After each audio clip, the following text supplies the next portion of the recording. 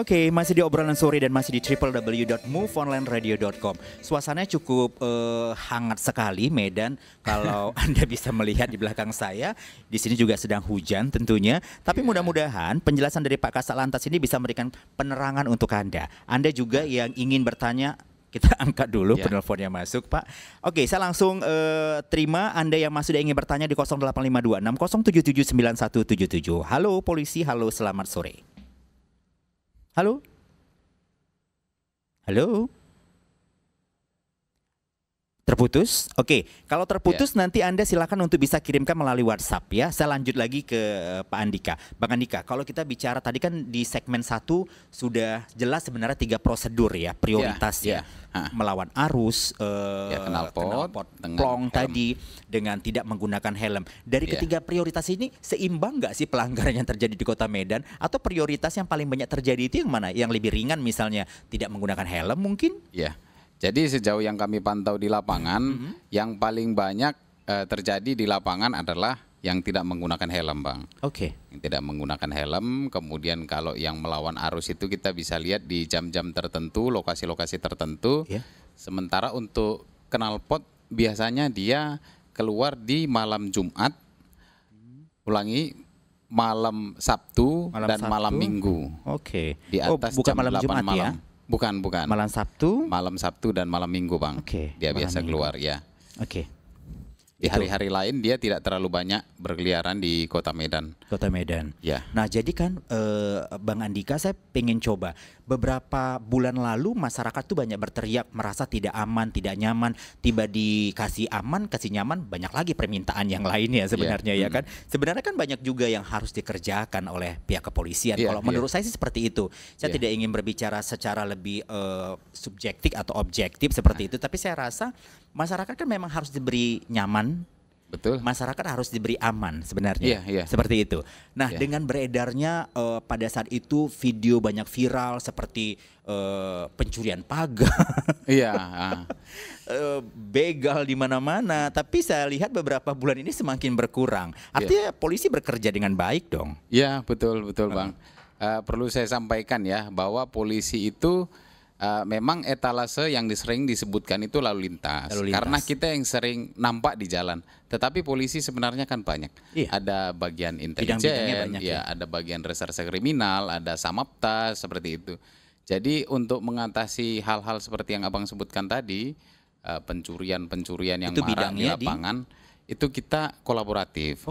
Semuanya bekerja sesuai dengan bidangnya masing-masing. Contoh untuk samapta itu dia kan personil yang dikedepankan untuk preventif. Pasukan berseragam warna coklat, sabu hitam, pakai baret, dia preventif. Pencegahan. Artinya di mana ada potensi gangguan atau ancaman, dia dihadirkan di situ sehingga tidak menjadi ancaman nyata atau gangguan nyata seperti itu kan. Nah, malam mereka bekerja patroli. Kalau ada hal-hal yang mencurigakan, tim patroli yang dibentuk Pak Kapolda, yang kita sebut dengan tim patroli presisi, itu patroli 24 jam di Kota Medan. Saya melihat memang selalu ada. Apabila ada hal-hal yang mencurigakan, mereka akan datangi, mereka akan interogasi dan cek. Kalau ada hal-hal yang berbau tindak pidana, mereka akan bawa ke kantor untuk diproses lebih lanjut oleh tim reserse kriminal. Nah, intelijen juga bertugas untuk mencari data. Demikian juga dengan reserse kriminal, dia tinggal untuk penegakan hukumnya saja, penyidikan sampai nanti dia dilimpahkan berkas ke kejaksaan. Jadi gitu metode kerjanya. Nah, sementara lalu lintas sendiri kita kan preventif juga, pasukan preventif, tetapi kita lebih banyak di jam-jam padat. Di bawah jam 12 malam, apa yang bisa kami lakukan untuk mengurangi hal itu? Memperbanyak pemeriksaan kendaraan bermotor yang melintas di Kota Medan. Diawali dengan pelanggaran kasat mata atau hal-hal yang mencurigakan kita pinggirkan, karena tidak tertutup kemungkinan dari sebagian banyak yang kita interogasi ada yang menggunakan kendaraan hasil curian kan begitu. Betul. Nah, seperti itulah metode kita di bidang lalu lintas yang juga dalam jangka panjang pasti akan berdampak terhadap hal-hal yang tadi pencurian itu. Baik, kita angkat dulu penelpon yang masuk ya. Bang. Halo, selamat sore. Selamat sore. Selamat sore, dengan siapa Ibu? Ibu Neni Batubara. Ibu Neni Batubara di mana?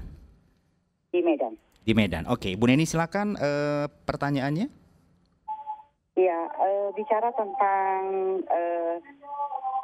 pada umumnya pada saat COVID itu banyak kita ya segelintir pengguna jalan yang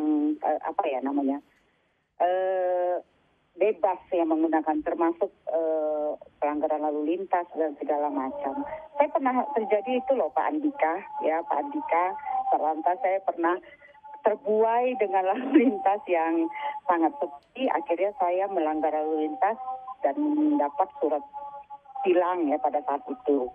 Akhirnya saya membayar, setelah itu saya sadar bahwa itu tidak baik gitu ya, karena saya sudah ditilang.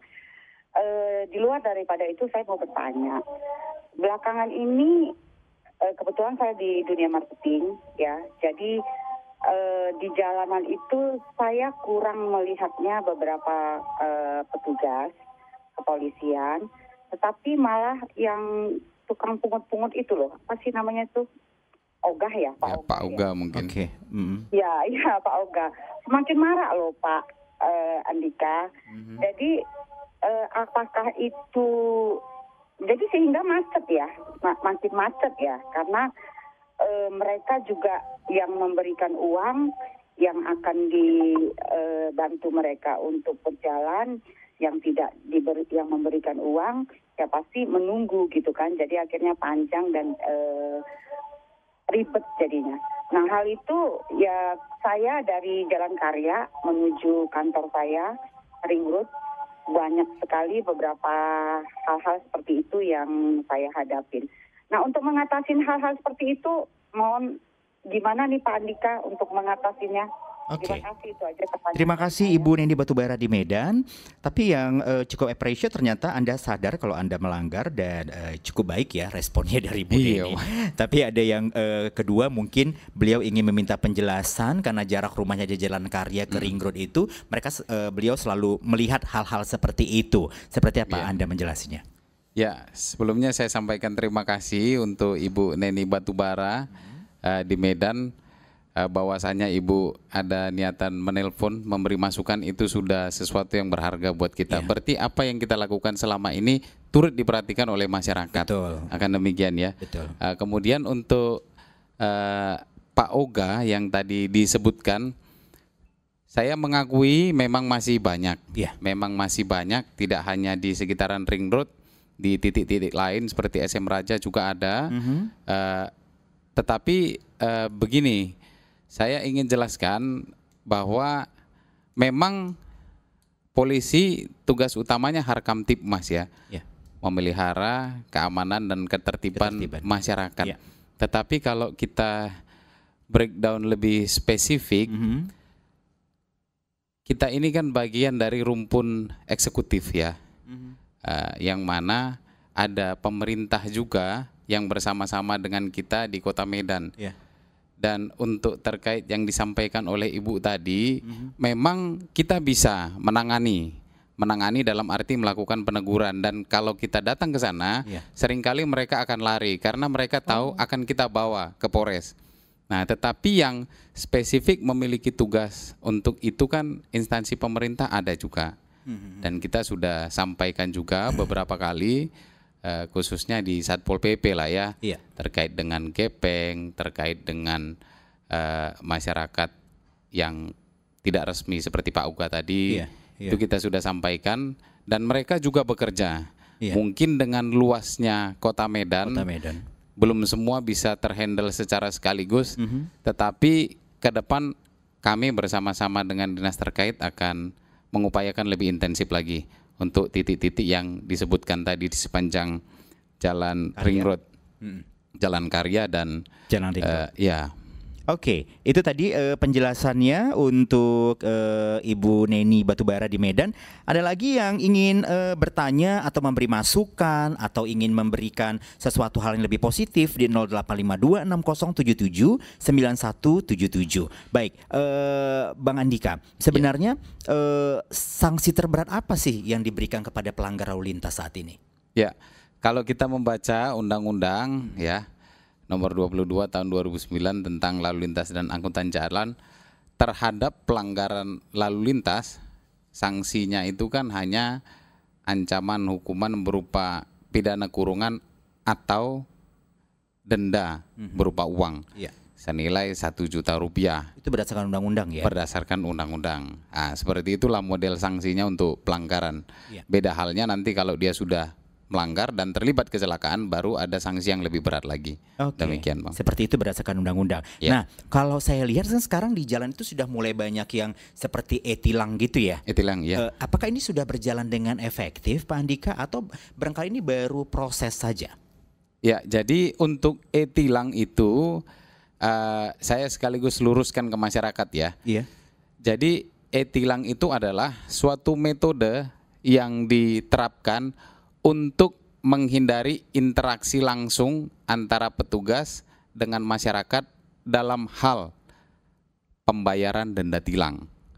Nah, jadi kalau dulu sebelum tahun 2016 lah saya pikir ya, sebelum tahun 2016 kita membayar tilang kan langsung ke pengadilan pada saat hari sidang, atau kita titipkan ke petugas sesuai dengan nominal denda yang tertera. Ada tertera. Nanti petugas nerima, dia jadikan satu berkas, pada hari sidang dia serahkan ke pengadilan untuk disidangkan in absentia, orangnya tidak hadir, kan begitu. Nah, karena ada pelanggaran-pelanggaran baik dari masyarakat yang menginisiasi atau petugas, maka diterapkanlah sistem e-tilang itu, supaya ketika kita ditilang, pembayaran dendanya itu langsung masuk ke rekening akun kejaksaan yang bisa dibayarkan melalui BRI Virtual Account atau yang disebut BRIVA tadi. Jadi bayarnya sistem transfer langsung ke rekening negara yang dikelola kejaksaan. Spesifiknya e-tilang itu dan itu sudah berlaku efektif di seluruh Indonesia. Hanya saja dalam kurang lebih 2 hari yang lalu sempat ada gangguan, tetapi gangguan itu juga tidak lebih dari 1 kali 24 jam biasanya. Seperti apa pelanggar lalu lintas mendapatkan informasi kalau dia itu melanggar lalu lintas dan diberikan e-tilang? Ya, jadi prakteknya itu kurang lebih sama di luar metode pembayaran. Katakan saya menemukan si A melanggar, kemudian saya tanyakan, dia mengakui dan dia bersepakat bahwa Pak, ya saya ditilang, maka saya tuliskan di lembar tilang. Setelah itu saya masukkan ke aplikasi. Nanti keluar nomor akun BRIVA-nya. Saya tuliskan di lembar tilang, saya serahkan lembar tilang yang sudah tertera nomor akun pembayarannya. BRIVA-nya tadi. Ya. Nanti yang bersangkutan boleh bayar saat itu juga atau beberapa hari setelahnya bebas. Artinya memang tetap harus ada petugas yang mengeksekusi di lapangan. Betul. Begitu. Nah, mungkin yang salah artikan masyarakat ini mungkin dianggap e-tilang dengan etle itu sama. Nah, e-tilang seperti yang saya jelaskan tadi. Di luar itu ada lagi inovasi dari polisi lalu lintas berupa etle. Electronic Traffic Law Enforcement. Itu seperti apa lagi? Nah, kalau Electronic Traffic Law Enforcement ini sesuai dengan definisinya ya, penindakan hukum secara elektronik di bidang pelanggaran lalu lintas. Nah, itu yang kita lihat kalau misalnya kita lewat dari Lapangan Merdeka ada yang seperti flashing. sinar flash itu dia tangkap gambar secara otomatis. Setiap ada kendaraan, dia capture, dia foto, setelah itu foto masuk database Direktorat Lalu Lintas Polda Sumut, nanti mereka lihat di situ.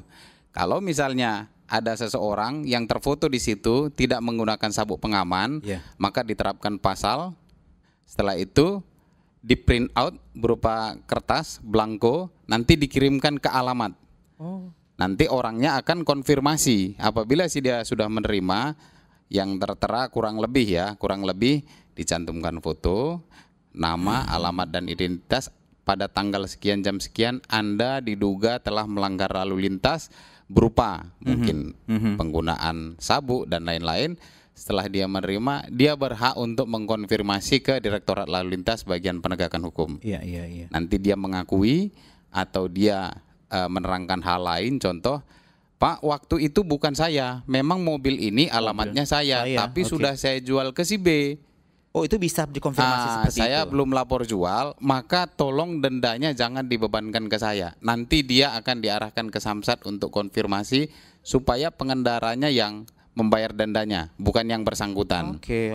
Kurang lebih seperti itu ya cara yang kerjanya. disebut etle. Etle. Ada dua hal berarti, ada etle, ada etilang. Tapi lebih banyak sekarang etle sudah ada di beberapa spot di Kota Medan ya? Ya, betul. Pak Andika ya? Ya, betul. Oke, ada pertanyaan yang masuk. Halo, selamat sore Pak Andika, saya Bu Sundari di Panglima Denai. Mau nanya nih Pak, kalau kita perhatikan Pak, di beberapa sekolah seringkali kita temukan terjadi kemacetan saat penjemputan anak sekolah.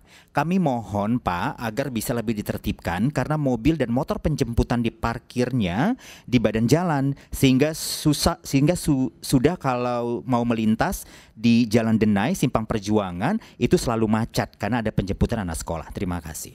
Ya, di luar yang disebutkan oleh Bu Sundari, memang ada beberapa titik yang lain seperti Metodis di Jalan Perintis, Global Safiatul Prima, juga. ya Safiatul, Global Prima, kemudian Prime One School banyak, dan itu semua perlu saya tegaskan kembali, kami tidak lempar bola juga, kita juga ikut ambil tanggung jawab di bidang itu, tetapi sekali lagi yang berwenang Dinas adalah Dinas Perhubungan mereka yang harus melalui sistem perizinan harus mempersyaratkan itu.